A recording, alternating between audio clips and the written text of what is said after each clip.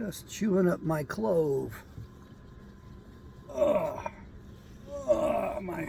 not my cloven hoof, mind you, but my clove, my little tiny twig-looking thing. I guess if you look at it, it looks kind of like a little bit of a broken cross, if you will. Or a tree, or a man with his arms uplifted, praising Yahweh.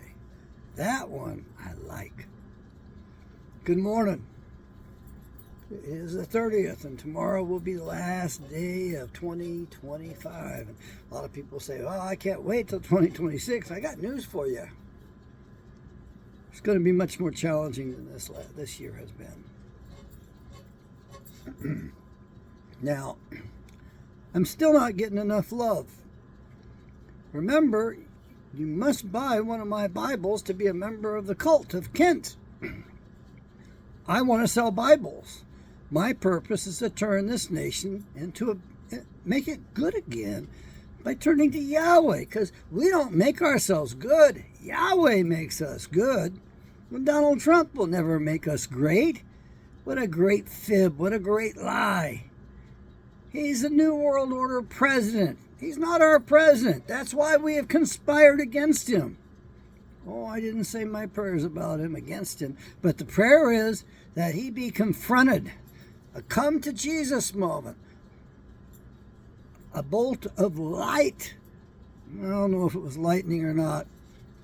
But I understand that everybody else was blinded except Saul of Tarshish. He could see. And they all heard. So they were witnesses that, oh, come on, little girl, come on up here. Oh, yes. She had a good breakfast this morning. She's got a fat ass now. Yes, I take real good care of my puppy dog, huh? Oh, yes, you've had good treats. It's really cold wind. The wind is just carrying the heat away. About 3 in the morning, well, maybe 1 in the morning, somewhere around there. I woke up, and I stayed in bed, though. I put her in her kennel. I didn't want to put up with her last night. Couldn't get her to go to the bathroom properly, so I put her in her kennel. I don't like doing that. I like to have her near me. Yeah. And she wants to be near me as well, but I didn't want to. I was going to bed late for me, 9 o'clock. Kind of late. I like to go to sleep as the sun's down, and I'd like to get up before the sun rises, ideally, and I did that this morning. And I haven't prayed for my own blessing yet this morning either. But I pray that Yahweh blesses you this morning. Now, I know He's going to be blessing me. There's no doubt about that. I would say I don't have to pray for that, but I do.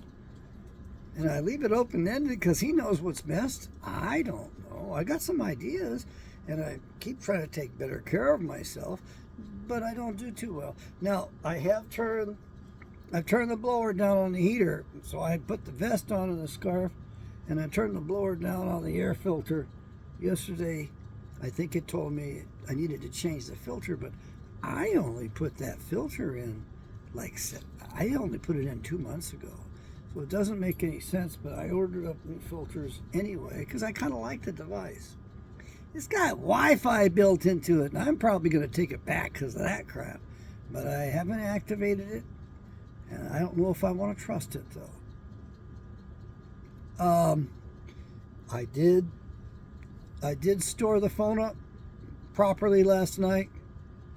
Shut the router down as well. And I didn't turn that stuff on until after a good breakfast. And I cooked so much food, I'm thinking, man, I really wish I had somebody else here because I can't eat all this. Well, I ate it all. Oh, well, I didn't eat it all. I gave a little taste of it to my puppy dog. And I'm going to run her pretty hard today. She provided the wind cooperates, but she's not running like she used to. She came out of Mississippi, and she's been in the desert quite a bit of her life. She's not used to this weather here, and it is damp and it is cold. Now, I know that, in the cult, you do what the leader says and everything the leader does, and you learn his stuff and all that other, stuff. You bow down and worship him like he was a damn god. But it is voluntary. And it is different. The Holy Spirit's going to work differently on you than it does on me. And that's really cool, because if I get to visit you and we get to talking, you're going to say things to me that I've never heard of or thought of. You're going to read and discover things in the Bible, and you're going to be, it's going to be wonderful. The conversation is going to be wonderful.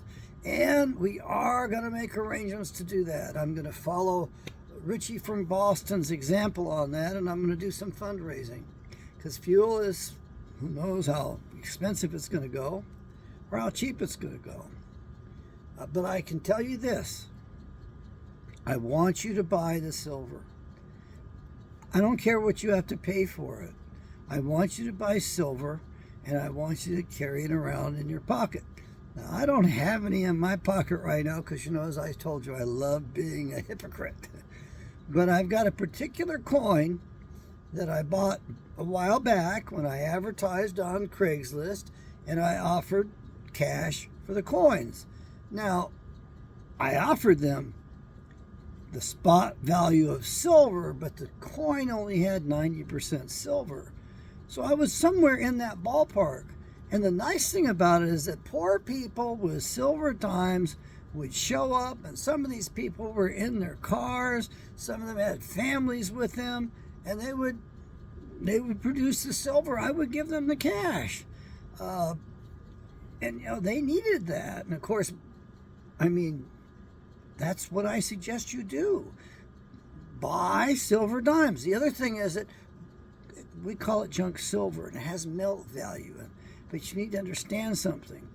I believe, according to the Coin Act, and nobody's bothered to help me with this one, I believe it's illegal to melt the coins minted by the United States. I believe it's illegal to melt those. But they're doing it all the way around.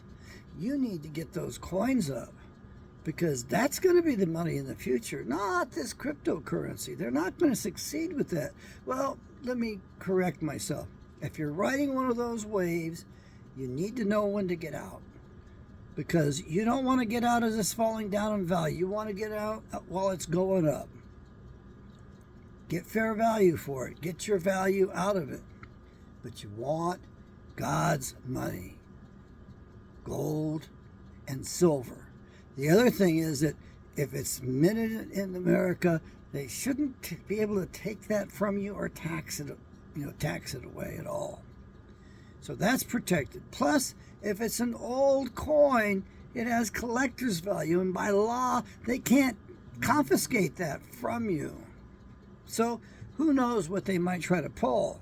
But if I could get a St. Gaudens gold coin again, I would love it. I had a few stolen from me. A guy in Houston, Texas, and a former girlfriend's son stole the first one from me. And if you're going to go buy gold, go buy the St. Gaudens coin, because it was minted before they confiscated the gold. And that's got special protections and privileges on it. Plus, it's cheap right now. It is actually cheap right now. Once we get past this panic stuff, that coin is going to go up in value more than a brand new, well, I think I got a new gold eagle. It's proof value. It's going to be worth more than that coin once again, but right now that market is low. So buy those coins. Don't forget to get one for me. I would love to have an old gold eagle 10,000 coins. A couple of those would be just about ideal. In case you're wondering, you probably have to give about $500 for those, each for those. So that's about $1,000 to be a member of the club, because we are flying high over enemy territory, and I am going to need that to bribe my way out on these roads and in this system. Air pilot, how high can you fly? Well, I think I'm doing pretty good. I'm not going to get too close to the sun, and at least the wax holding my feathers together softens up, and I end up in the ocean. Poor boy, his son warned him, don't fly too high.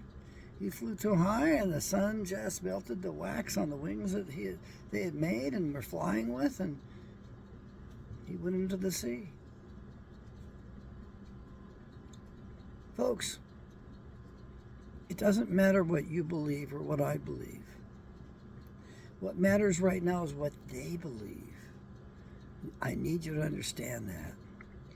It's not the way, it's not right, it's not true, it's not the truth, it's not proper, but it's important.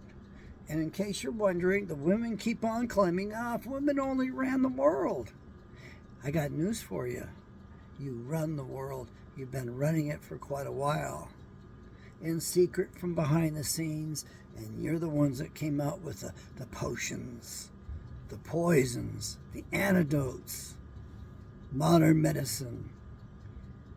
And this group of women rules from behind the scenes. And in case you're wondering, they have their Queen of Heaven. And they got some men around them protecting them, so you won't see them. You won't recognize them. They got to protect that Queen Bee. I met her. Oh yeah, I met her. About the same age I am right now. I can tell you, she lives in Scottsdale, Arizona. That's all I'm going to tell you. I'm going to tell you a little bit more. Why not? I don't want to keep that information to myself. Sure as hell they'll whack me to protect her. Remember the saying, God save the Queen? You need to understand, Walt Disney's granddaughter is a very powerful woman, not merely wealthy and rich. She gave me her business card, introduced herself to me in approximately 2006, and she was the most finely dressed person I have ever met. I know that those clothes were made for her. They were beautiful. And I'm there with my $5 pennies, permanent start shirt, an orange colored shirt that, it was permanently, well, it didn't wrinkle, but it also didn't hold starch worth beans. It didn't look good. Kind of a burnt orange short sleeve shirt. I remember I was dressed pretty shabby compared to her. And she held herself like she was the queen. And her business card, I wish I had it. I've lost it in my moves, my forced relocations. And it said on there that she was a member of the Queen's Privy Council. I want you to know what that means. Hidden power behind the throne. The Queen's Privy Council tells her what the hell to do, because the Queen was a fraud. And she was also a member of the Royal Order of the Garter. That's right. Member of the Royal Order of the Garter. All right, sounds a little sexual to me. Sounds a bit salacious. Does it not to you? What the hell does that mean? You're a member of the Queen's underwear? Okay. I don't remember her name. You can go do that research and you can plug it in the comments. I don't mind that at all. And she may not be alive anymore for all I know. And by the way, his name was not Disney. No, I do think that he had some royal blood in his ass. And he might have been a pacer for all I know. You say, who are the Pacers? Well, you're not supposed to know that. But there are some Pacers today. P-A-Y-S-E-U-R. I got that from Greg Hunter. I think it's American Watchdog is the title of his place. He doesn't know the proper name of God, that's for sure. If I ever meet him, I'm going to probably have to refrain myself from punching his teeth out. Tell him, you stop saying Jehovah, you dumb jackass.